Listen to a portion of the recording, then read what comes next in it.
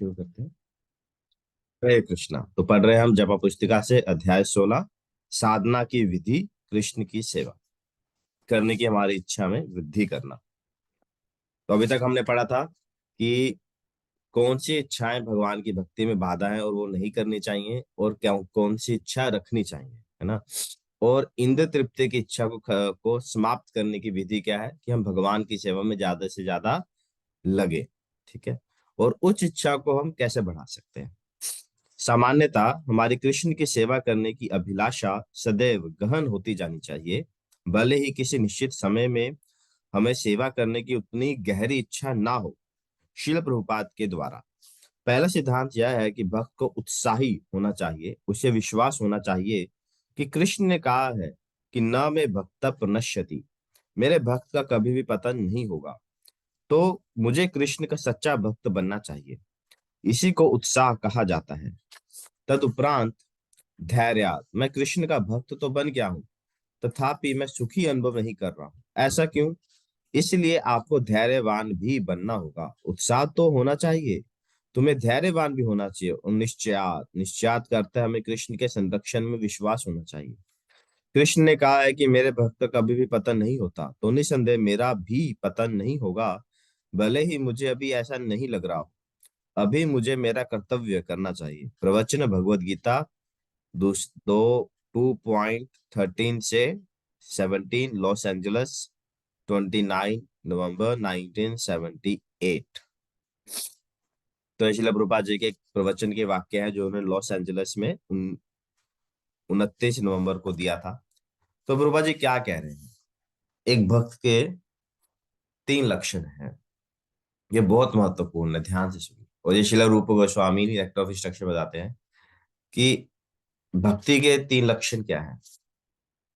उत्साह, निश्चय और धैर्य। उत्साह, निश्चयात और धैर्य। उत्साह यानी एंथुजियाज्म। ठीक है। हर भक्त को उत्साही होना चाहिए। उसे कोई भी सेवा मिले, उसे कोई भी आज्ञा मिले, तो उसे बहुत ही उत्साह पूर्वक करना चाहिए। ठीक है। तो क्या उत्साह है कि भगवान ने भगवदगीता में क्या है, न में भक्ता प्रणश्यति, कि मेरे भक्त का कभी भी नाश नहीं होगा, है ना। तो भगवान रक्षा करेंगे। ठीक है। तो बहुत ही उत्साह के साथ, जैसे कल हरिनाम संकीर्तन में सबने बड़ा उत्साह से भाग लिया, तो वो हो गया उत्साह। ठीक है। अब उत्साह तो है, पर पेशेंस नहीं है ना। उसके साथ ही क्या चाहिए हमको? पेशेंस चाहिए, धैर्य, है ना। ऐसा नहीं कि हम कृष्ण भक्ति शुरू किया तो तुरंत हमारी समस्याएं खत्म होनी शुरू हो जाएंगी। अरे प्रभु जी, आप तो कहते हैं भक्ति करने सब आ जाता है, हम सुखी हो जाते हैं, हम खुश हो जाएंगे, बट हम तो भक्ति कर रहे हैं, 1 महीना हो गया, कुछ फर्क नहीं पड़ा, है ना। तो भक्ति क्या है, एकदम से नहीं है, 0-1 नहीं है। आज दुख कल सुख, ऐसा नहीं। इसे ग्रेजुअल प्रोसेस है, इसमें लगे रहें निश्चयात, है ना, मतलब धैर्य के साथ, धीरज बनाकर, तो अवश्य हम सुखी हो जाएंगे। भगवान क्या कहते हैं, न में भक्त प्रणश्यति, है ना, स सुखम गच्छति, वो सुख को प्राप्त करता है। योगो भवते दुखहा, उसे दुख नहीं होता। तो भक्ति योग से हम ये सारी अवस्थाएं प्राप्त करेंगे। ब्रह्म भूत प्रसन्न आत्मा, न शोचति न कांक्षति, सम सर्वेषु भूतेषु मद भक्ति लभते पराम, है ना। जब वो चरम सीमा की भक्ति में पहुंच जाएगा, वो क्या हो जाएगा? ब्रह्म भूत हो जाएगा। न शोचति न कांक्षति, न कोई शौक है और ना ही कोई इच्छा है ना। पर इसके लिए धैर्य होना चाहिए, धीरज। जैसे पति पत्नी है, जैसे शादी हुआ, है ना, पति पत्नी की शादी हुई और अगले ही दिन पत्नी कहे, अरे वो तो मुझे बच्चा दो, तुम मुझे बच्चा दो, है ना, ऐसा नहीं होगा ना। बच्चा होगा। पत्नी को चाहिए कि वो अपने पति की अच्छे से सेवा करे, उसे प्रसन्न रखे, तो in due course of time बच्चा भी हो जाएगा। तो धैर्य, धैर्य भी चाहिए। और धैर्य के साथ और क्या चाहिए? अच्छा, उत्साह है, फिर धैर्य है, और तीसरी क्या क्वालिटी चाहिए? निश्चय, यानी डिटर्मिनेशन, है ना। डिटर्मिन रहे। ठीक है। कि ठीक है, अभी मुझे ऐसा नहीं लग रहा है कि यार भगवान मेरी रक्षा कर रहे हैं, मेरे जीवन में इतने कष्ट है, इतने दुख आ रहे हैं, भगवान कहाँ है, भगवान दिख नहीं रहे हैं, कोई भगवान का असर नहीं दिख रहा है ना। ये नुकसान हो गया, तबीयत खराब हो गई, फलाना ढिमकाना, 36 चीजें, कहाँ है भगवान, है ना। मैंने भगवान की इतनी सेवा की, भगवान ने मेरे लिए क्या किया, है ना। तो ये सारे प्रश्न निश्चय ही एक बद्ध जीवात्मा के मन में आ जाते हैं जब हमारा बुरा समय होता है।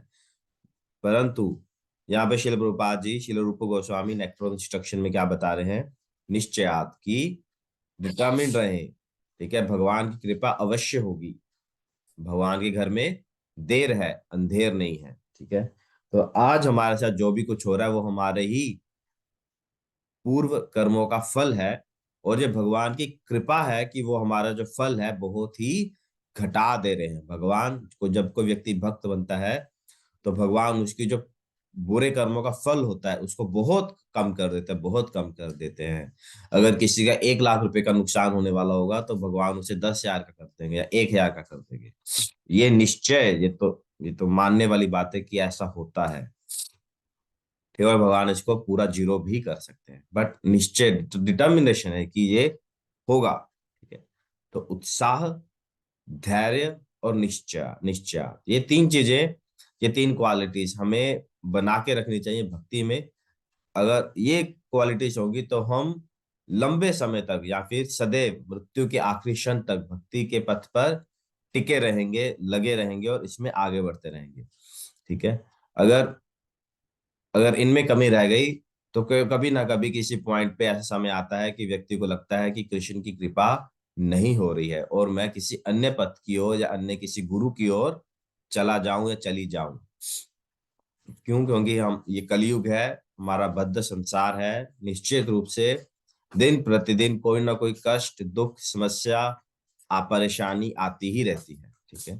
पर इस भक्ति पथ पर टिके रहें, लगे रहें, ठीक है, उत्साह के साथ, धैर्य के साथ और निश्चयात के साथ, तो अवश्य एक दिन हम सफल अवश्य होंगे, ठीक है। और ऐसा नहीं, कृष्ण के पाने के लिए सालों लगते हैं, डे वन से हम कृष्ण की कृपा का अनुभव करते हैं, ठीक है।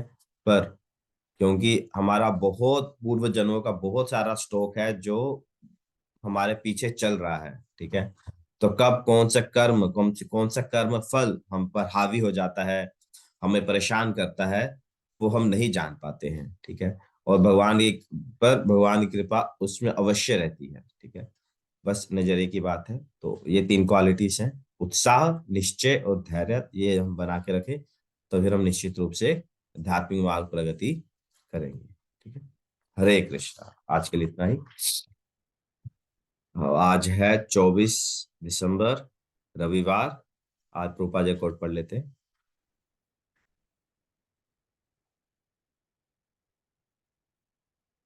प्रभा जी लिख रहे हैं, श्री चैतन्य महाप्रभु के जीवन में हम देख सकते हैं कि उन्होंने कभी भी जन सामान्य के सामने श्री कृष्ण और गोपियों की लीला की चर्चा नहीं की।